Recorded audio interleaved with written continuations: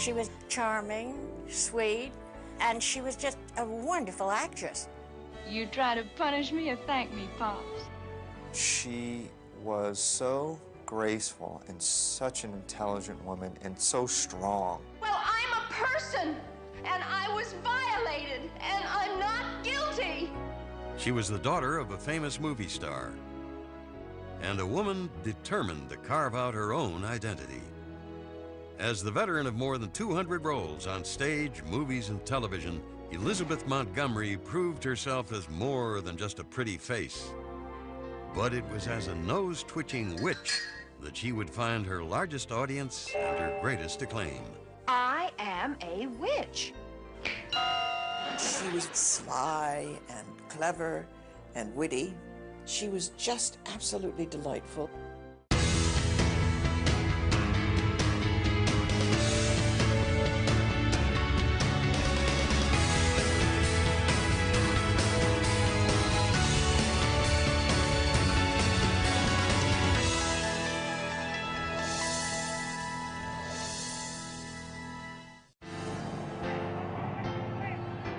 It was the height of the Great Depression, but in Hollywood, California, it was the golden age of cinema, where movie stars and studio moguls lived like royalty. It was here, on April 15th, 1933, that popular leading man Robert Montgomery and his wife Elizabeth proudly announced the birth of a daughter whom they named Elizabeth Victoria. Elizabeth's father, Robert Montgomery, had been a great star in the glory days of Louis B. Mayer, and he was a very handsome man, wonderful actor, both as a sophisticated comedian and also in great dramatic roles. Though the MGM contract player worked 6 days a week, on Sundays he relished his role as father. Elizabeth's mother was a stage actress who had given up her career when she married, and although the family's every need was tended to by a staff of household help, Mrs. Montgomery devoted herself to Elizabeth and to her younger brother, Robert Jr. And the family's elegant Bel Air home was an ideal site for the extravagant birthday parties little Elizabeth enjoyed each year. Formal events often presided over by her father himself.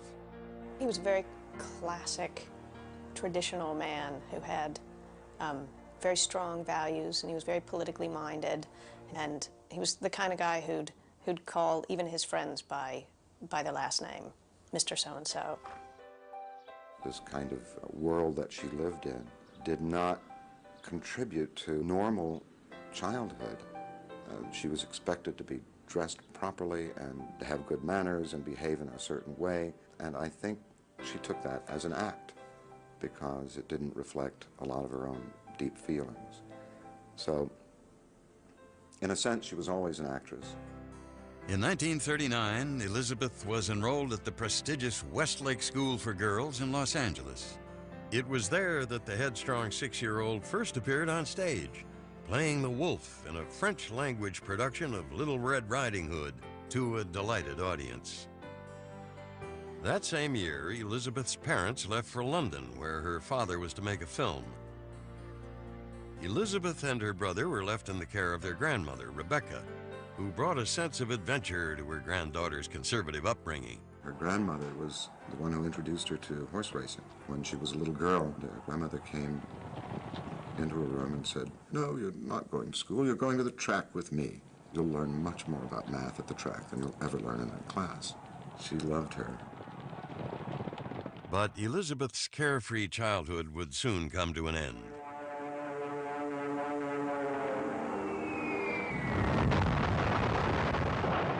On December 7th, 1941, Japanese planes attacked Pearl Harbor, forcing the United States to declare war.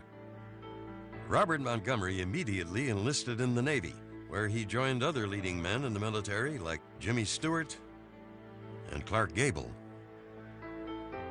Over the next 4 years, as Elizabeth matured into an athletic and independent adolescent, she feared constantly for her father's safety, only seeing him during infrequent leaves. In 1945, World War II ended, and Lieutenant Commander Robert Montgomery came home a hero. Elizabeth was overjoyed to have her adored father back at last. But when the 40-year-old movie star returned to work, he found that the prime roles were going to younger actors. And after 5 frustrating years, he informed his surprised family that they were leaving Hollywood for a fresh start in New York City.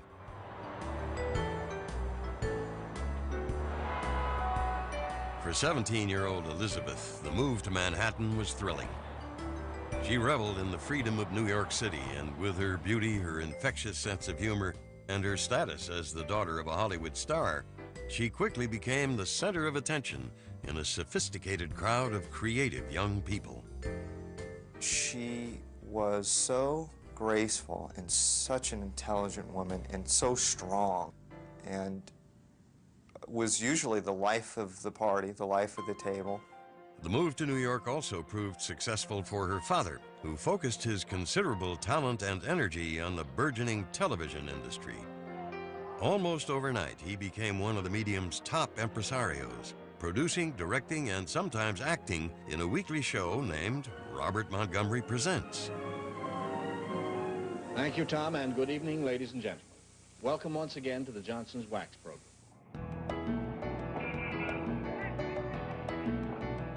But just as Elizabeth had begun to settle into what seemed an idyllic life, her father shocked everyone when he fell in love with oil heiress Buffy Harkness.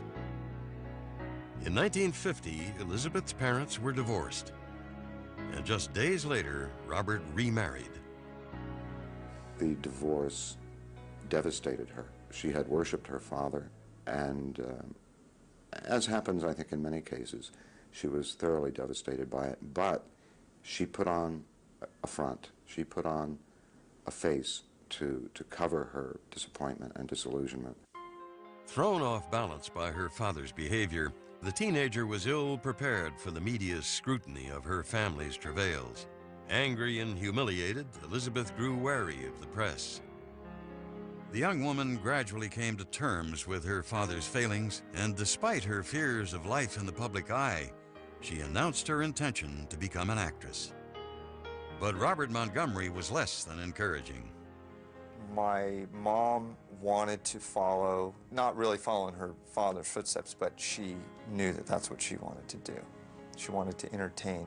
I remember her saying that her father warned her about this business being very difficult on your self-esteem. You're selling yourself, and it's very difficult on people's egos and self-esteem to be rejected, and it's a difficult business. Immediately after her high school graduation, Elizabeth enrolled at the prestigious American Academy of Dramatic Arts, whose recent graduates included such rising stars as Grace Kelly and Anne Bancroft.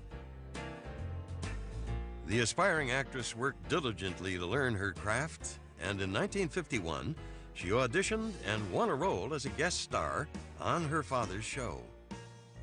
I find a cigarette indispensable for quieting one's nerves, or when one's nerves aren't quiet. Don't you, Emily? Cornelia. Cork-tipped. So I'll see, miss. Mac, please.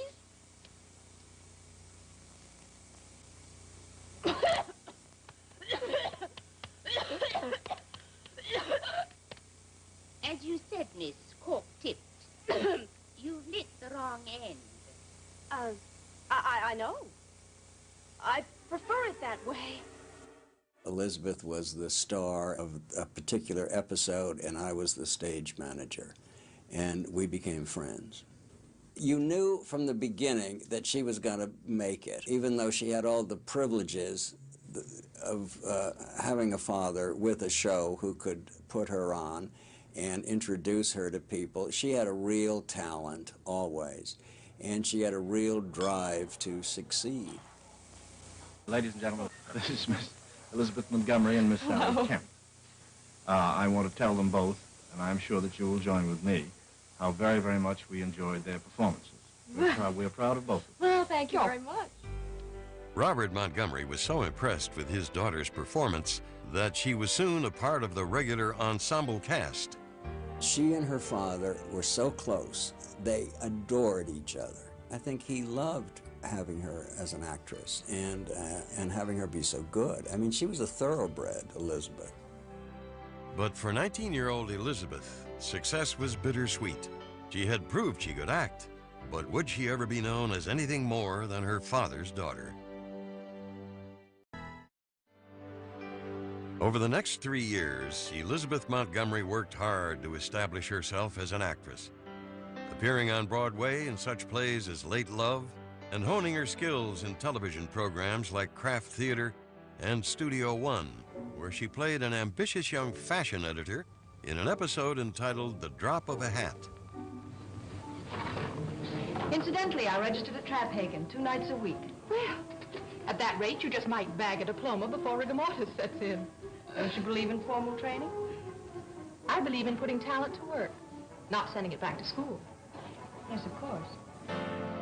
New York critics took notice, and in 1954, Elizabeth was honored to receive the Theater World Award as one of the most promising personalities of the year, along with such emerging stars as James Dean and Eva Marie Saint.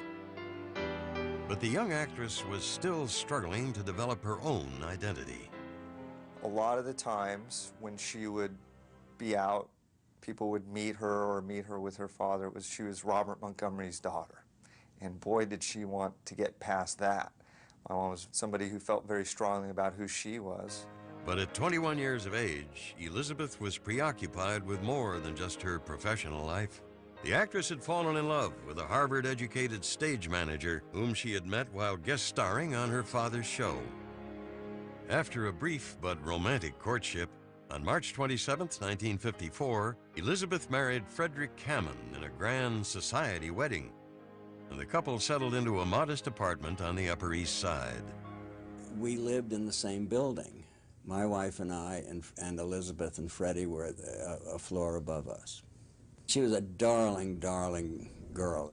I mean, she was truly funny, and she loved to have fun. I've had some of the best laughs of my life with her. But Hollywood was beckoning. Elizabeth had begun to attract the attention of movie producers who urged her to move west. When Freddie refused to follow her to Los Angeles, Elizabeth was forced to choose between her marriage and her career. After little more than a year, the two were amicably divorced. In 1955, the 22-year-old Elizabeth Montgomery made her film debut in the military drama The Court Martial of Billy Mitchell, starring Gary Cooper and Rod Steiger. Don't blame Zach for what you did. Zach wouldn't have called his superior officers traitors. He didn't disobey orders. I can't do anything to help you, Billy. Although Elizabeth's reviews were excellent, the film made very little impression at the box office. But the young actress had made a dramatic impression on the charismatic Hollywood star, Gig Young. The couple began dating, and before long, the smitten Elizabeth resolved to make him her next husband. 20 years her senior, Gig Young had made a name for himself playing debonair cads in crowd-pleasing comedies. And just as Elizabeth had predicted, on December 28, 1956, the two were married. Robert Montgomery did not attend the wedding, signaling a growing rift in the close relationship between Elizabeth and her famous father. Bob Montgomery was not pleased with that relationship. He didn't like Gig Young. In a curious way, Gig Young was a younger version of Bob Montgomery. He could play that same kind of role, sophisticated, glamorous. But she and Gig were very, very happy. Head over heels in love, Elizabeth put her own career on hold to follow her husband as he divided his time between Broadway and Hollywood. But behind Gig Young's charm and good looks lay the demons of an abusive alcoholic. Though the couple's fiery arguments frequently left Elizabeth depressed and terrified, she could not bring herself to confide in even her closest friends.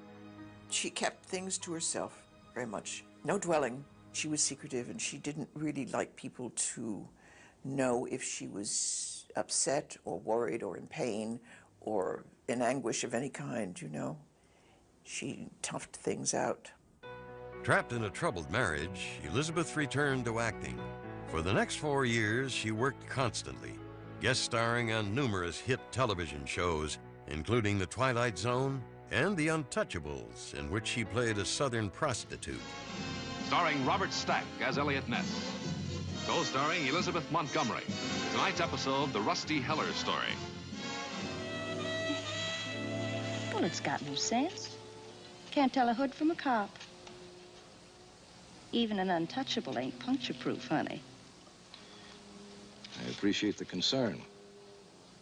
You're just a super Boy Scout, ain't you? Do you want to die, is that it? I'm trying to understand you. Is busting into speakeasies and breaking up little old crap games really worth risking your life over? I'll bet your wife don't think so. The 27-year-old actress earned critical praise for her gutsy performance, and to her great surprise, she was nominated for an Emmy Award.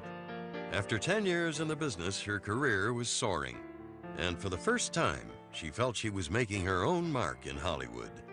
When she finally broke into her career, I remember her telling me she got a kick out of the time when she and her father were together, and it switched. It was like, oh, you're Elizabeth Montgomery's father. Yes, she said. But even growing success could not take away the heartbreak of Elizabeth's crumbling marriage to Gig Young. It was not a pleasant experience for her, that there was some domestic violence involved, and that she had to get out of it. And luckily, she was smart enough and strong-willed enough to do it. In the spring of 1963, Elizabeth went to Mexico to quietly end her 6-year marriage. But the 30-year-old actress would not remain single for long. She was about to meet a man who would change the course of her life and her career. I met Elizabeth when we were casting Johnny Cool, and she was one among many that we saw.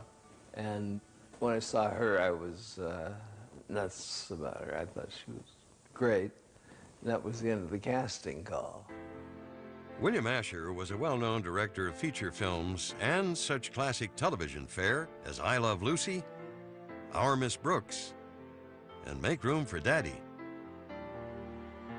When he offered Elizabeth the lead role in the action-packed gangster picture Johnny Cool, she was excited to have another chance to make her mark in movies. What do you know about Johnny Cool? Oh, I know a great deal about Johnny Cool. Maybe more than anyone. I know he's a killer. I've seen him kill. But I don't know who turned him into a murder machine and why he kills. Yet I love him. Even though I know very well that it's just as easy for him to kill me as it is to kiss me. Johnny, I need you. I need you right now.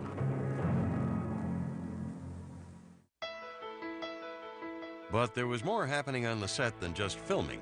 Once again, Elizabeth found herself in a behind-the-scenes romance, this time with her 43-year-old director. They were great together, and they had very much in common. Both extremely intelligent people with great senses of humor. Later that same year, Elizabeth was cast in the light comedy Who's Been Sleeping in My Bed? It's Dean Martin as the celebrated TV doctor with such a bedside manner that his private pad becomes a built-in magnet for every lovely, sleepless female in the world. This one's a sculptress who turns any man into instant putty. She turned in a spirited performance as a seductive artist determined to get her reluctant fiancé to the altar.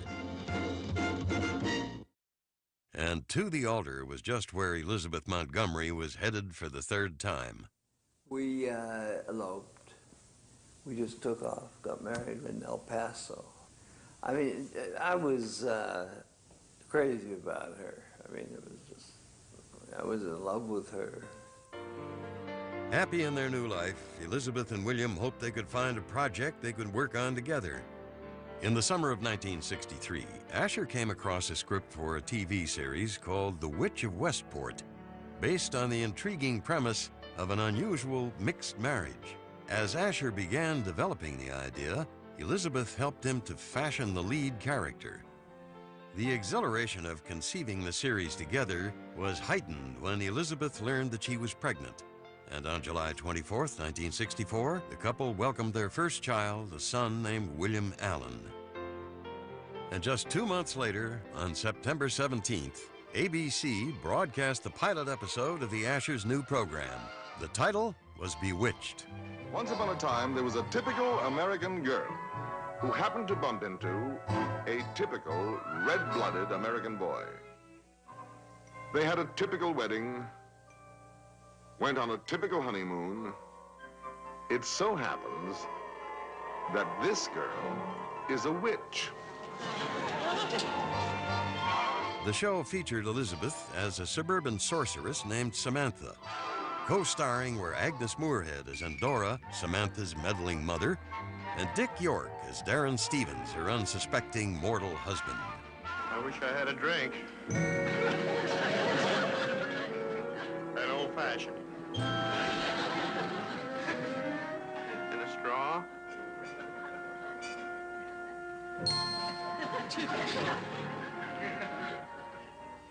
You're a witch. That's what I've been trying to tell you. The program was an instant success. Audiences were entranced by the show's unique blend of humor and magic. But most of all, they loved Elizabeth. Darren, I suppose I shouldn't have married you, but I love you so much. I love you too, but I hadn't figured on this. I'll make you a good wife, I promise. With a hit TV series, a happy marriage, and a growing family, Elizabeth Montgomery had finally emerged from the shadow of her celebrated father, and it seemed that she was casting a spell over just about everyone. In 1964, the all-American families portrayed in such programs as Father Knows Best and Leave It to Beaver were disappearing from the television landscape. In their place, fantasy shows like The Addams Family and The Munsters offered audiences a twist on tradition. Just a minute. Bewitched brought its own spin to the typical TV household. With Samantha's brains, beauty, and supernatural power, it was clear that it was she and not her husband Darren who was in control. Bewitched became the nation's #2 show by the end of its first season, and the twitch of Samantha's nose, signifying that a spell had been cast, became her trademark. That was an accident. It was just a twitch. My mom and father were talking, and she twitched her nose. And my father said, "What was that you just did with your nose?" She said, "What are you talking about?" She had no idea she'd even done it. That was it. That's how we're going to make the magic happen. As the hit program entered its second year, Elizabeth was overjoyed to discover that she was expecting another child. But rather than hide her pregnancy from the camera, she and William Asher decided it would be fun to work it into the show. In the fall of 1965, the couple welcomed their second son, Robert.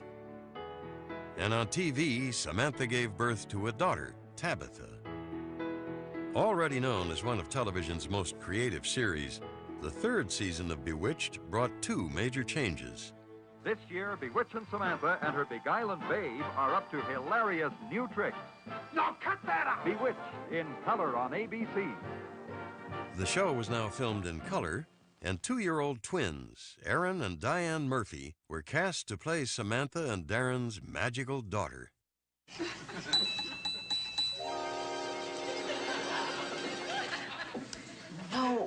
No, sweetheart. Mommy doesn't want you to do that, remember?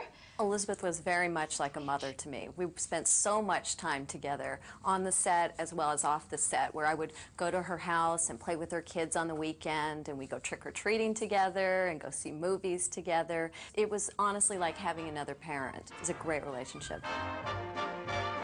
The ensemble cast of Bewitched also included veteran actors David White, Paul Lynde, and Sandra Gould as Samantha's high-strung neighbor, Gladys Kravitz.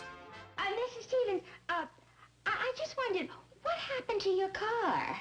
Now, I have a question for you, too. What happened to your shoes? 1 cup of sugar coming up. The minute you think you're funny as a comedian, you're not funny. You know, if you say, look at me, I'm being funny, forget it. She never thought she was funny. And everything came out of honesty. And every great comedian that you'll ever watch, it comes out of honesty. I think Liz was an amazing comedian. She was one of those people who was an absolutely incredibly beautiful woman, but she wasn't afraid to look silly.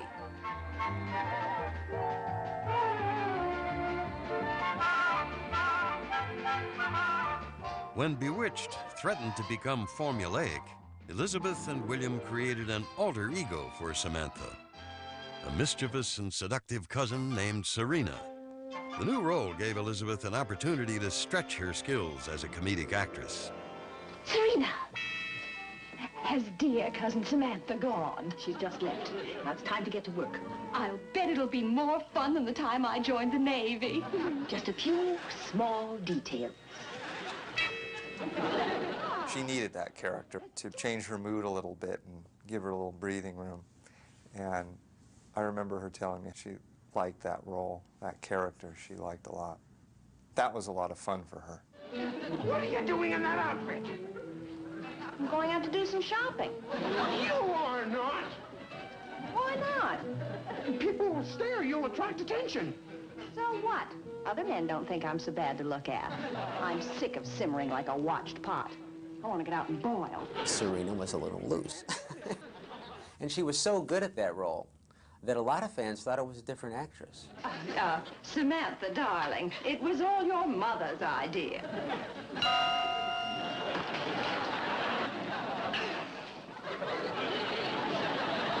How do you like that, Serena? Not bad. Although she quickly perfected her portrayal of the two divergent characters, off-screen, Elizabeth struggled to balance her dual roles as actress and mother.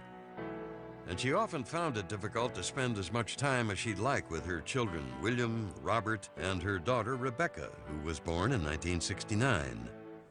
For us, it was just hard not having her around so much, working so much. But the time that she did make for us was such quality time.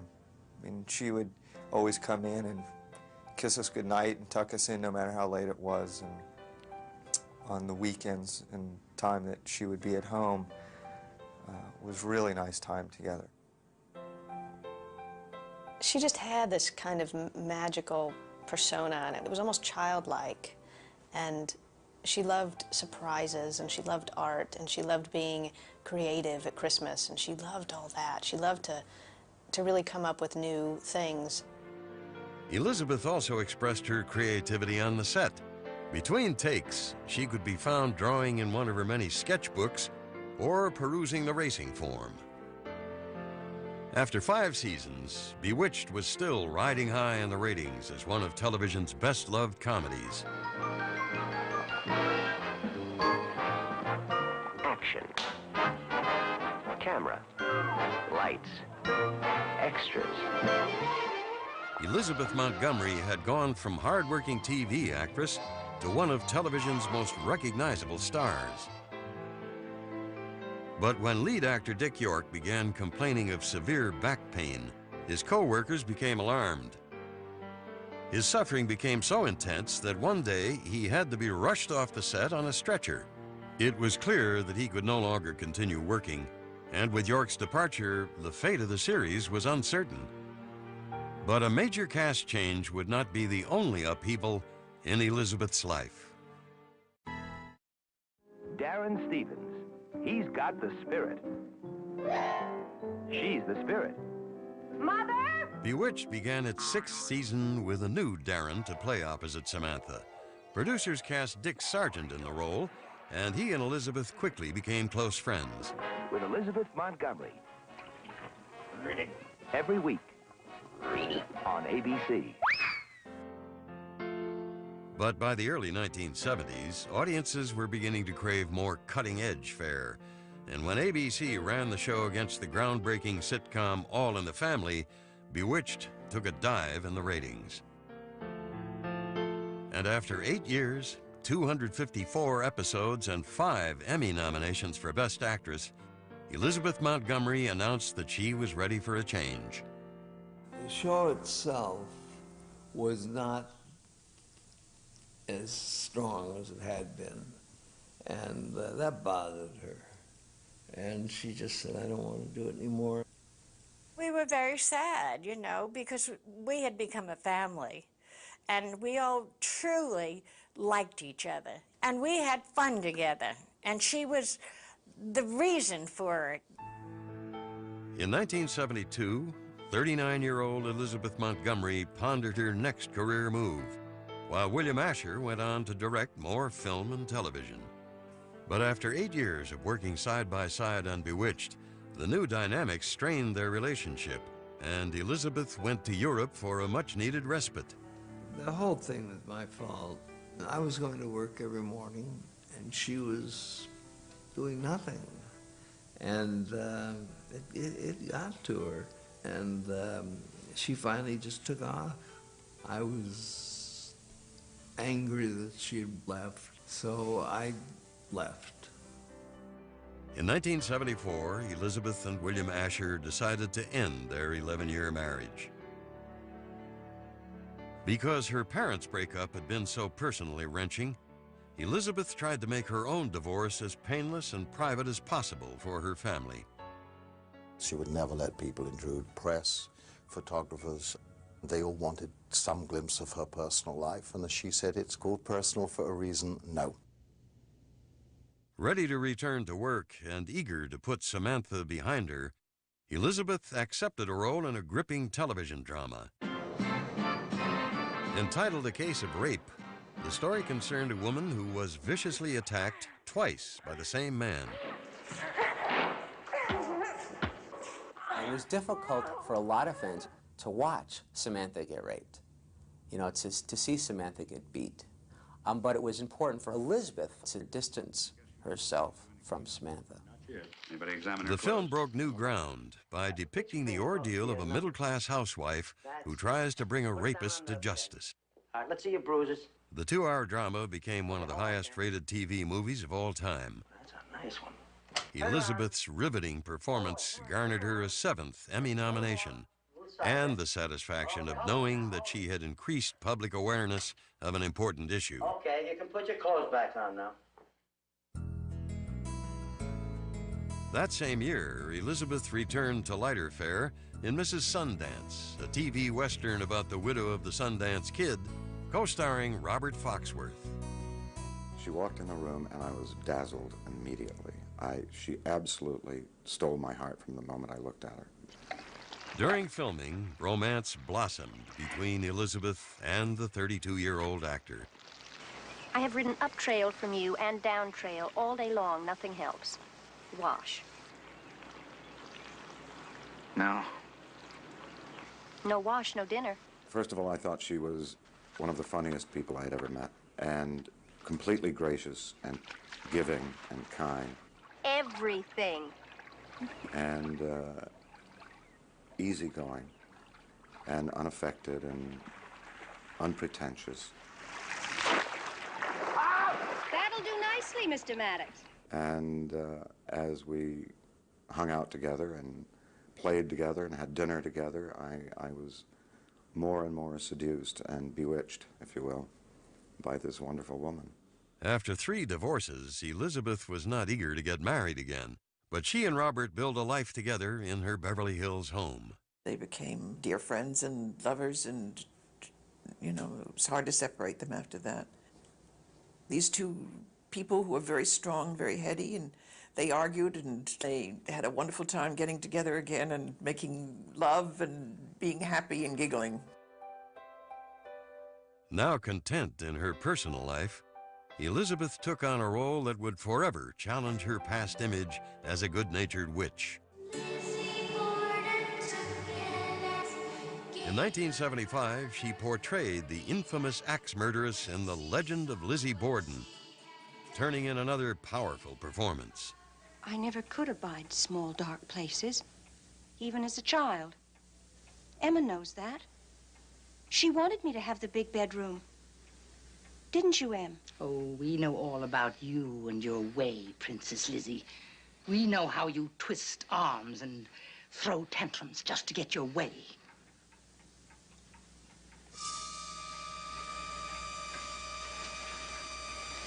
If I were not a lady, I should twist your arm, Mrs. Borden, right out of its socket. I will have no more of this.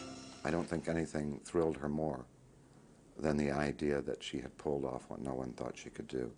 And then to have people begin to really respond to her and respect her as an accomplished actress was probably one of her great victories in life.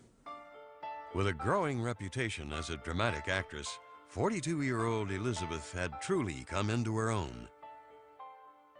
But unfortunately, the man who had launched her career more than 2 decades earlier was not there to share his daughter's triumph. Over the years, Elizabeth's relationship with her father had become increasingly strained. They did not get along very well at all. I never understood it. I think to some extent he was jealous of her. They had a lot of different views politically. My grandfather was right-wing Republican. My mom was a little more liberal, and they just didn't see eye to eye. Though Elizabeth and her father rarely spoke to each other, she was deeply saddened when, in 1981, Robert Montgomery passed away at the age of 77. As America entered the conservative Reagan era, Elizabeth felt compelled to act on her own political and social conscience. She did a surprising amount of work for different causes, mostly fairly anonymously. She didn't like going where all the cameras were, and it was the glitzy occasions. In 1991, Elizabeth's bewitched co-star Dick Sargent publicly acknowledged his homosexuality, and he asked her to join him as Grand Marshal of the Los Angeles Gay Pride Parade. Elizabeth gladly accepted. Elizabeth, what are you here today for? Hi, buddy. Your buddy. Yeah. And now, our Grand Marshals. This year, they are Elizabeth Montgomery and her very close friend and co-worker, Dick Sargent. Since the success of Lizzie Borden, Elizabeth Montgomery had appeared in more than a dozen television movies. Still beautiful and full of vitality at 59, she continued to be a sought-after leading lady. But Elizabeth Montgomery's life was about to take yet another surprising turn.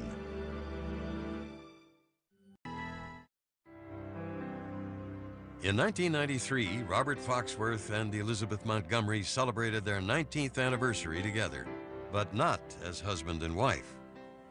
I had asked her to marry me about 7 times, and she always said no. But one day we were sitting at the kitchen table talking, and I said, you know, this situation would be so much easier if we were married. And she looked at me and she said, is that a proposal? And I said, okay. And she said, yes. On January 28, 1993, the couple was secretly married at the home of Barry Crost. It's typical of Lizzie. It was about her and Bob at that moment. It needn't be a publicity stunt. About 15 minutes after the ceremony, they called and said, we're married. She said, I'm married. It was, again, so childish and sweet. Publicity shy since her teens, Elizabeth gradually began to let down her guard with the press, consenting to several interviews and even launching a business with her oldest son, Billy. Elizabeth Montgomery's secret sauce. My mom was a great cook, and she made 2 sauces that were delicious. See, I'm like licking my lips now just thinking about it. And I thought, gosh, Mom, we should market these sauces. It would be so much fun to do it together. People loved it. It was a fun thing we did together. In 1994, Elizabeth portrayed real-life Miami crime reporter Edna Buchanan in the TV movie The Corpse Had a Familiar Face. The 2-hour teledrama was so popular that in 1995, CBS brought Montgomery back for a second Edna Buchanan movie, deadline for murder. I'm going to kill Johnny Scarfa. What do I know about him? Well, I know he carries a gun. So I would be a fool to take the time to kill 2 people before I shot him. I'd whack him first. Well, in the reenactment photo, he does get whacked first. But the fact that Scarfa had the time to get off 3 shots clearly supports my theory that Orlando was the intended victim. Is that logical, or am I crazy? No, that's logical, and you're crazy. Oh, well. Yeah, nice crazy. But while shooting on location in San Diego, Elizabeth became mysteriously ill, suffering from what seemed like a hard-to-shake flu. True to her fashion, she continued to work through the discomfort and obvious symptoms of a serious illness. When she finished filming, Elizabeth checked into Cedars-Sinai Medical Center, and doctors delivered the devastating news. She was diagnosed with inoperable cancer, and after several grueling weeks in the hospital, she decided to go home. It was just a very scary time for everyone, but she was always kind of had this great sense of humor.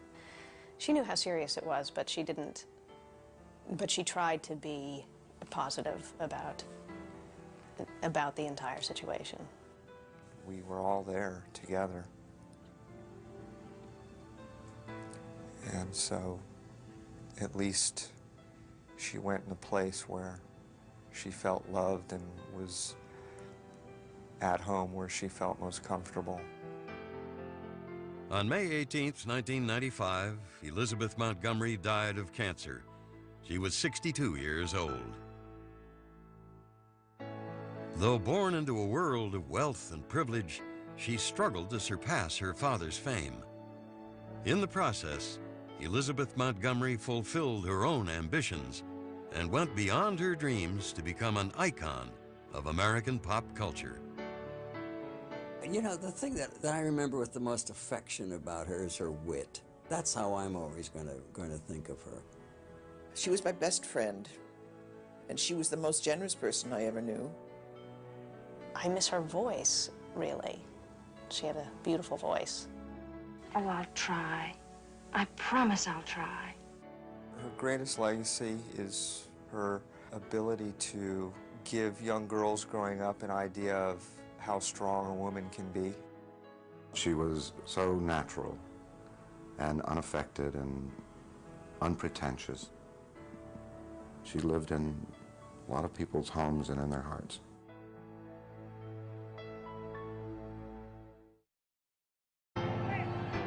It was the height of the Great Depression, but in Hollywood, California, it was the golden age of cinema, where movie stars and studio moguls lived like royalty. It was here, on April 15th, 1933, that popular leading man Robert Montgomery and his wife Elizabeth proudly announced the birth of a daughter whom they named Elizabeth Victoria. Elizabeth's father, Robert Montgomery, had been a great star in the glory days of Louis B. Mayer, and he was a very handsome man, a wonderful actor, both as a sophisticated comedian and also in great dramatic roles. Though the MGM contract player worked 6 days a week, on Sundays he relished his role as father.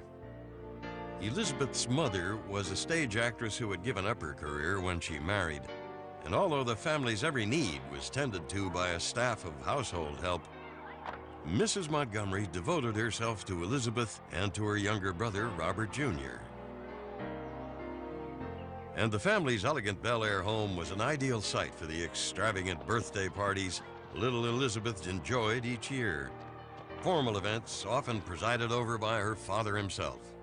He was a very classic, traditional man who had very strong values, and he was very politically minded.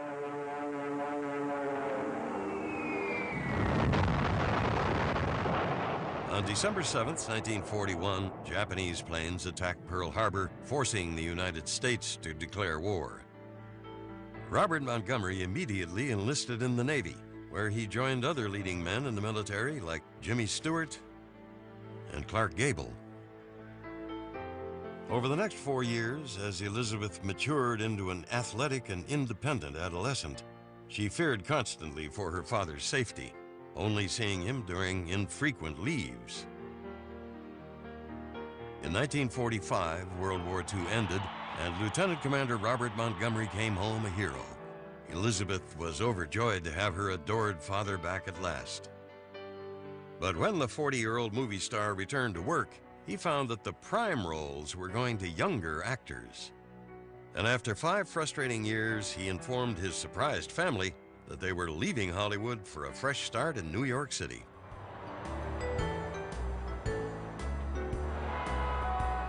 For 17-year-old Elizabeth, the move to Manhattan was thrilling. She reveled in the freedom of New York City, and with her beauty, her infectious sense of humor, and her status as the daughter of a Hollywood star, she quickly became the center of attention in a sophisticated crowd of creators.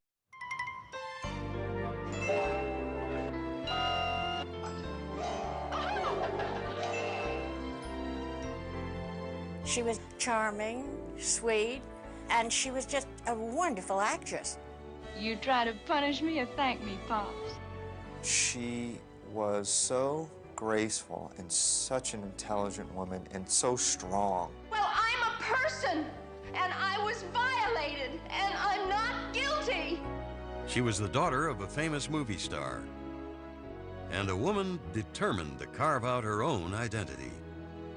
As the veteran of more than 200 roles on stage, movies, and television, Elizabeth Montgomery proved herself as more than just a pretty face.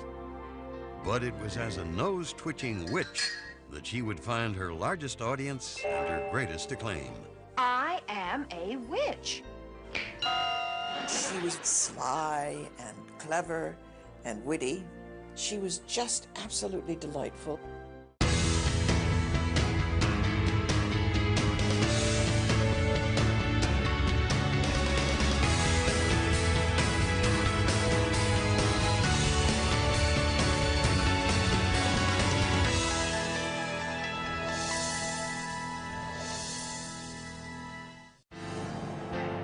Creative young people. She was so graceful and such an intelligent woman and so strong, and was usually the life of the party, the life of the table. The move to New York also proved successful for her father, who focused his considerable talent and energy on the burgeoning television industry. Almost overnight, he became one of the medium's top impresarios, producing, directing, and sometimes acting in a weekly show named Robert Montgomery Presents. Thank you, Tom, and good evening, ladies and gentlemen. Welcome once again to the Johnson's Wax program.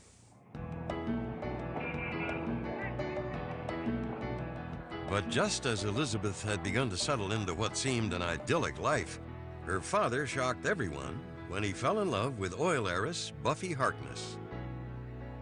In 1950, Elizabeth's parents were divorced, and just days later, Robert remarried.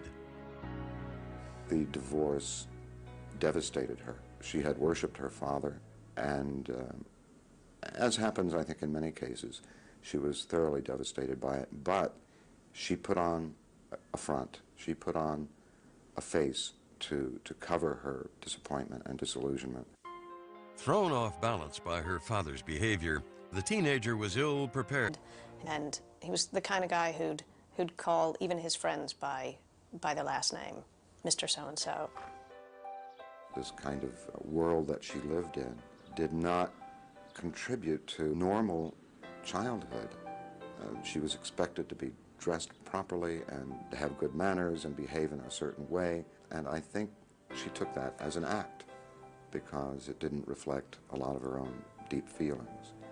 So, in a sense, she was always an actress. In 1939, Elizabeth was enrolled at the prestigious Westlake School for Girls in Los Angeles. It was there that the headstrong 6-year-old first appeared on stage, playing the wolf in a French-language production of Little Red Riding Hood to a delighted audience. That same year, Elizabeth's parents left for London, where her father was to make a film. Elizabeth and her brother were left in the care of their grandmother, Rebecca, who brought a sense of adventure to her granddaughter's conservative upbringing. Her grandmother was the one who introduced her to horse racing. When she was a little girl, her grandmother came into a room and said, "No, you're not going to school. You're going to the track with me. You'll learn much more about math at the track than you'll ever learn in that class." She loved her. But Elizabeth's carefree childhood would soon come to an end.